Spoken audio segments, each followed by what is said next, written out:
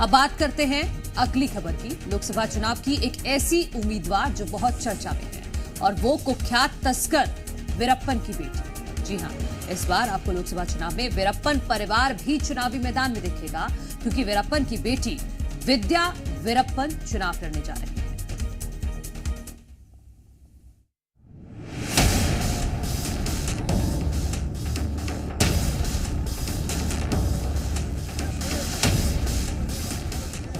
लोकसभा चुनाव में वीरप्पन की एंट्री। पिता तस्कर, बेटी बनेगी सांसद।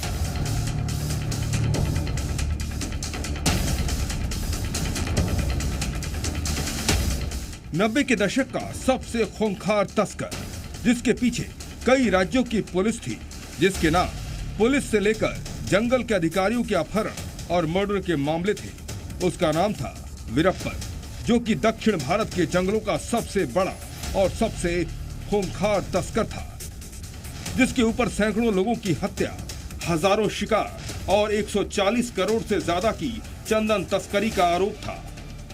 वीरप्पन का खौफ तो उसकी मौत के साथ खत्म हो गया, लेकिन अब लोकसभा चुनाव में एक वीरप्पन आपको नजर आने वाली है। वो है वीरप्पन की बेटी विद्या रानी वीरप्पन। और बकायदा चुनाव प्रचार में वीरप्पन की तस्वीरें इस्तेमाल की जा रही हैं। तमिलनाडु के कृष्णागिरी में लोगों के घर घर जाकर वोट मांगती विद्या रानी वीरप्पन अपने साथ कुख्यात तस्कर वीरप्पन की फोटो लगे पोस्टर तक लेकर चल रही है और लोगों से खुद को वोट देने की अपील कर रही है। वीरप्पन की बेटी के मुताबिक उन्होंने अपने पिता से प्रेरणा ली है। My dad is the backbone and inspiration of my thought to serve the people. My thinking about the public, my understanding about the public, and my firmness and the will to stand for the growth of the society is from my dad. I have taken it from my dad. विद्या रानी पेशे से वकील है। वह एक activist भी है और आदिवासियों और दलितों के हित के लिए काम कर रही है। विद्या रानी कृष्णागिरी में बच्चों का स्कूल भी चलाती है। विद्या रानी एनटीके पार्टी से चुनाव लड़ने वाली है। इससे पहले विद्या बीजेपी से जुड़ी थी।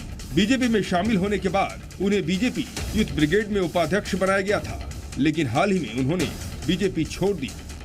विद्या के मुताबिक उनके पिता लोगों के लिए जो भी हों, लेकिन वो अपने पिता वीरप्पन से अपनी जिंदगी में सिर्फ एक बार ही मिली थी और उनके मुताबिक वो अपने पिता के जीवन के पॉजिटिव साइड लेकर चुनाव लड़ना चाहती हैं।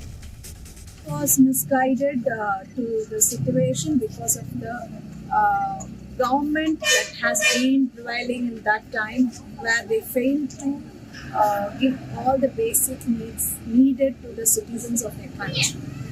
But my dad tried to serve the people around, tried to save everyone around, be a guardian for everyone. I just wanted to neglect the negative part of his life because that was forced into his life.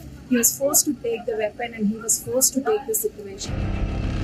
कुख्यात तस्कर वीरप्पन 2004 में Tamil Nadu police की special task force के साथ मुठभेड़ के दौरान मारा गया था।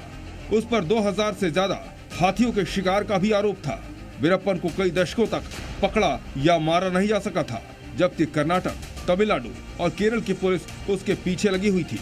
वीरप्पन ने अपने जीवन में 184 लोगों की हत्या की थी, जिसमें से ज्यादातर वन विभाग और पुलिस के कर्मचारी थे।